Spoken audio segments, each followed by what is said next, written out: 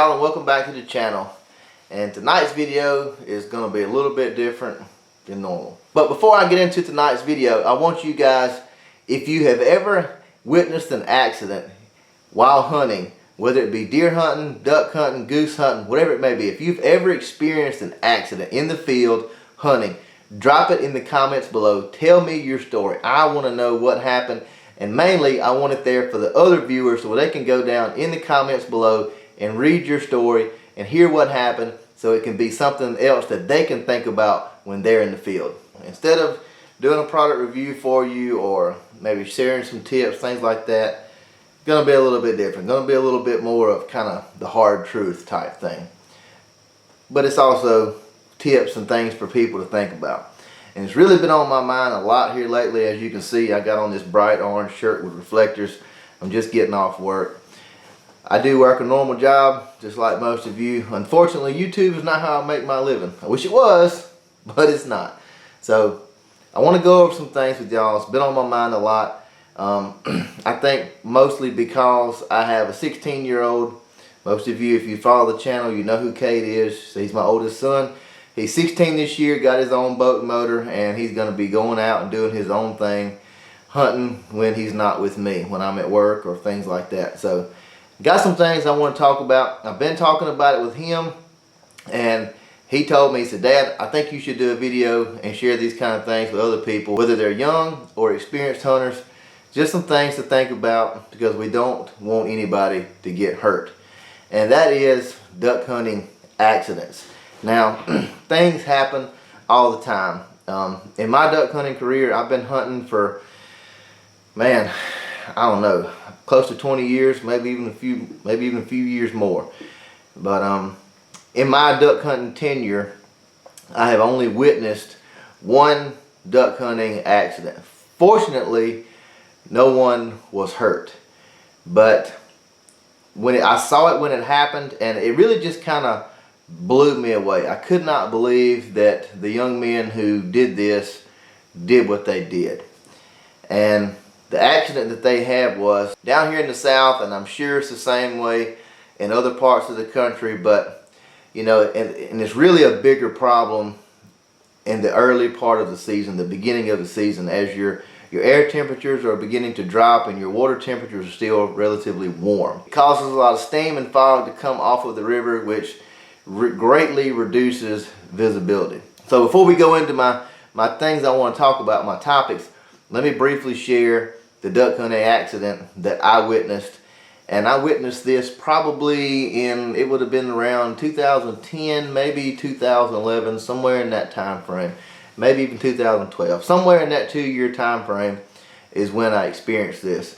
My brother and I had launched the boat, and we were heading out to one of our favorite holes that morning, and it was extremely foggy. And when I say extremely foggy, I mean zero visibility. Turn the light bar on and it's just white, like you hung up a sheet 360 degrees around us in the boat.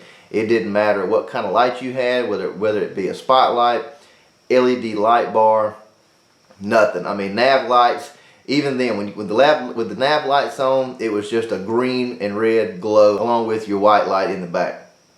It was just extremely, extremely foggy. Well, there was another group of hunters, some young men. They were probably late teens, possibly early 20s, but they had launched their boat behind us, and we had talked to them at the boat ramp. We knew where they were going. They were going in the same direction we were, but to a different location. Well, my brother and I know this river system like I know how to get around my house. We've been hunting these rivers for years and years and years. We knew it was going to be extremely foggy, but the lights pretty much was a no-go. It was just white. I mean, just a deathly, eerie, ghostly, white, thick fog that morning.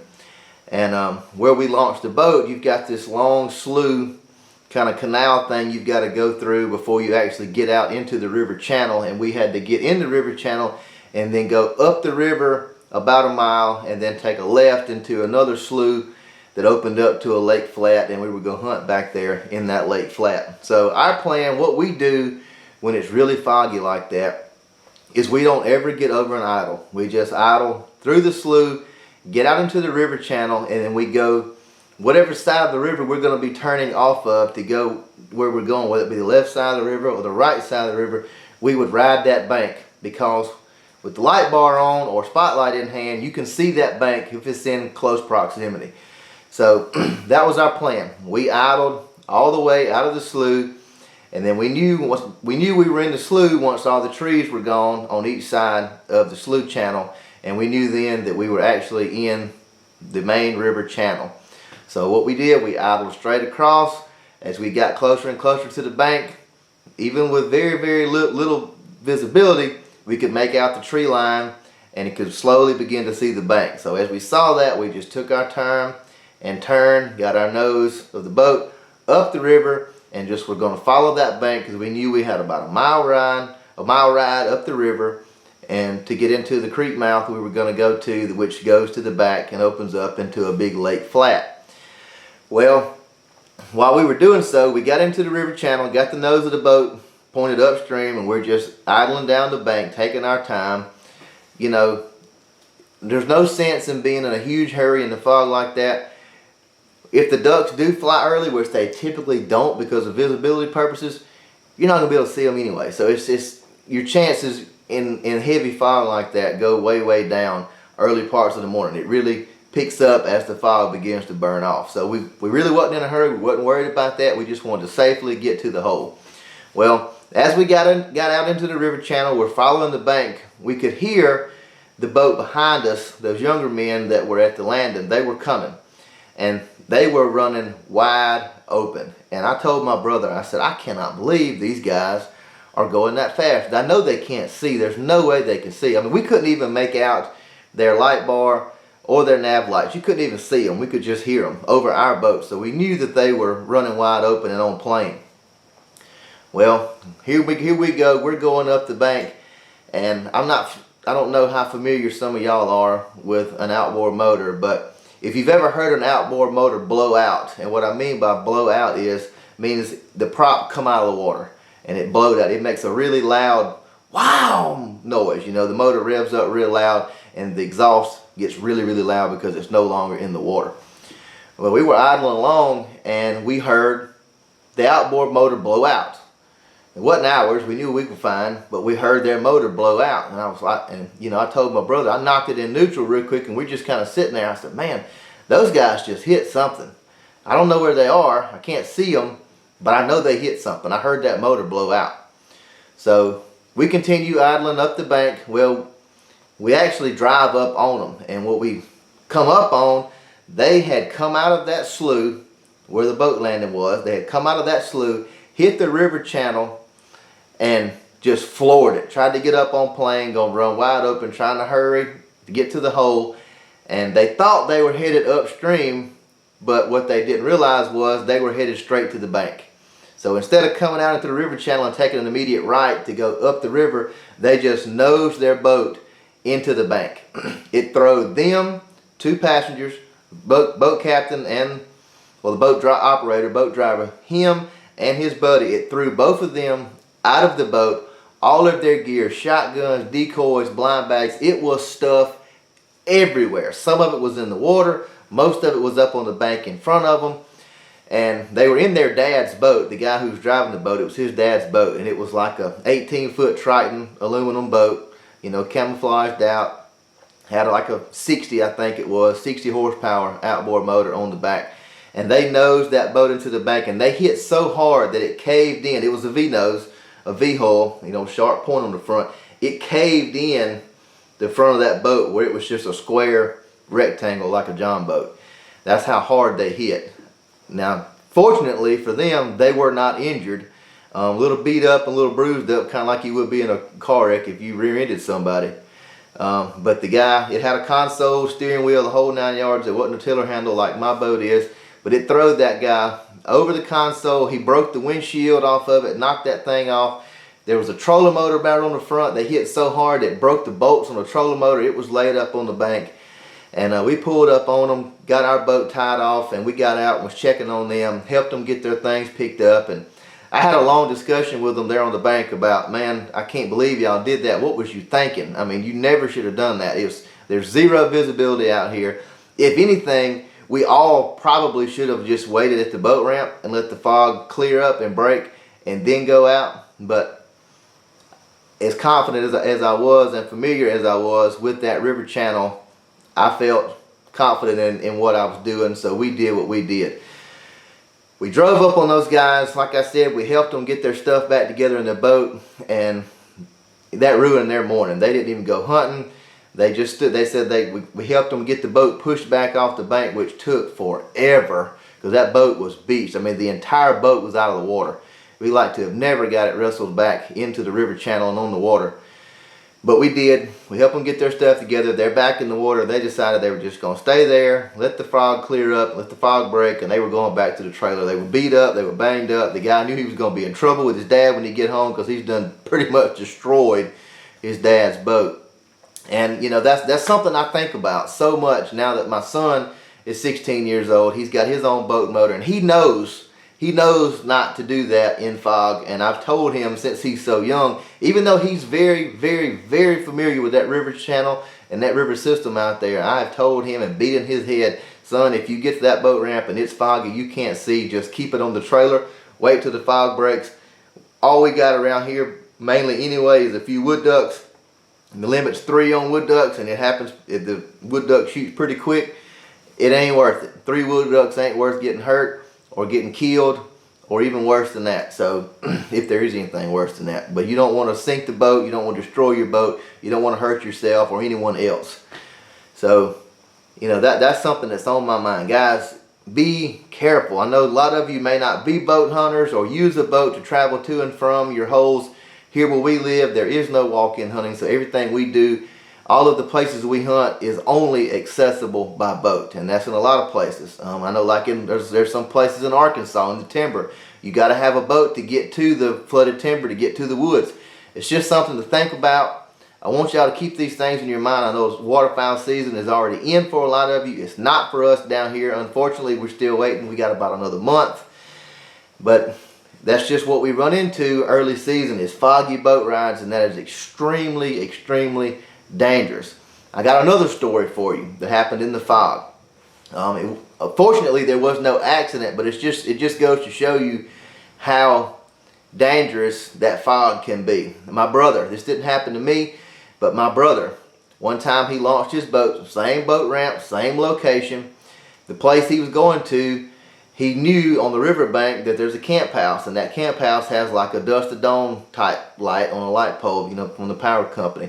And he knows when he gets to that light, he has to turn into that slough, and that'll take him back to the little cypress break that's back there in the back, and he'll hunt that spot. So he knew when he saw that light, that meant, you know, hey, there's that camp. I need to get ready, just need to slow down, whatever it may be, turn into that slough. Well, he launched his boat that morning, extremely foggy. The river was up, it was flooded, it was really trashy, and by trash I mean it was lots of logs and limbs and all kinds of things coming down the river because the river was flooded, it was out of the banks. So he's dodging trash because the trash was all down the bank, so he couldn't run the bank like normal when it's foggy, so he was having to zig and zag around trees and logs and all sorts of other trash that were floating down the river. And all this time he's got very, very, very little visibility because of the fog. And eventually, in the distance, he sees that street light, and he's like, all right, well, I'm there. I'm fixing to turn into this slough. Well, he does. He turns into the slough, and lo and behold, he's back at the boat ramp.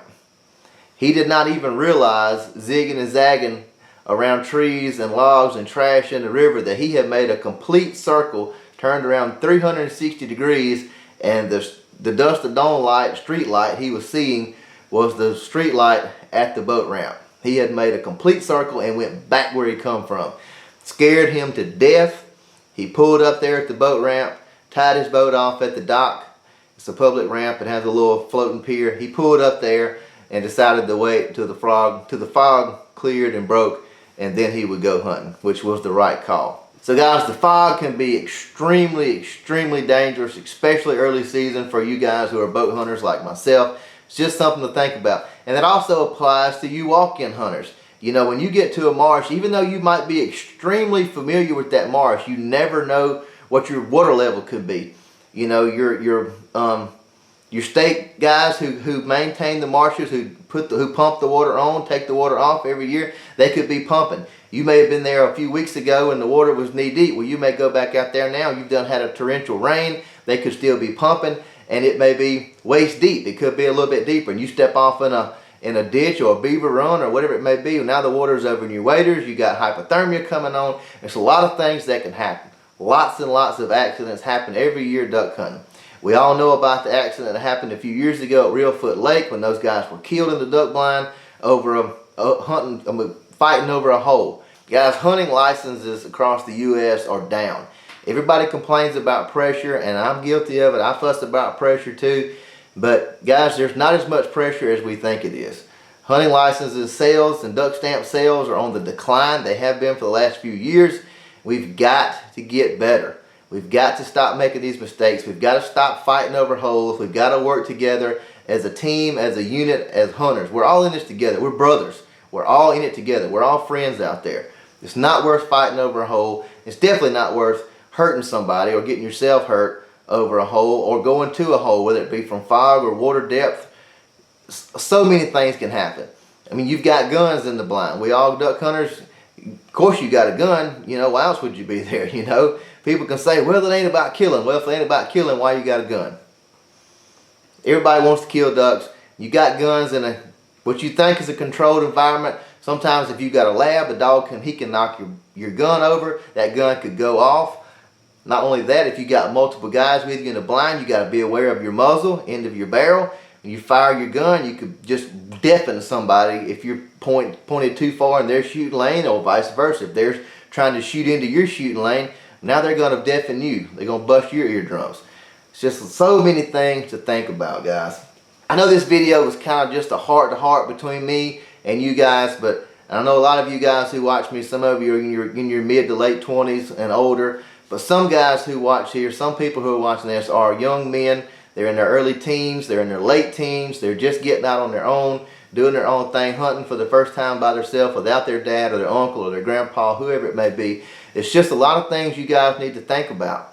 You know, I don't want anybody to get hurt, and that's why I have this channel. I like to share tips, I like to share information, because when I got into duck hunting, I had nobody to teach me. I had to figure it out on my own. So I like sharing information because I want everybody to go out and hunt and have a good experience and learn as much as they can. We live in the world now of social media. There's so much information out there, and I enjoy sharing things that I know and experiences I've had with you guys so you can have a better hunt and a better duck season. But I want all of you to be safe. I don't want to hear of anybody getting hurt. So if any of you have ever experienced an accident, whether you were involved in it or if it was something you witnessed, please drop it in the comments below. I would love to hear your story. I'd love to hear what you've been around, what you've seen, what's happened. Not only that, for the people who are watching this video, they can look down in the comments and they can hear about other things that maybe I didn't touch on to kind of bring light, bring some ideas to their mind, things to be aware of and watch out for things that can happen. And that's all I got for you this week, guys. So until next time, y'all bust them up.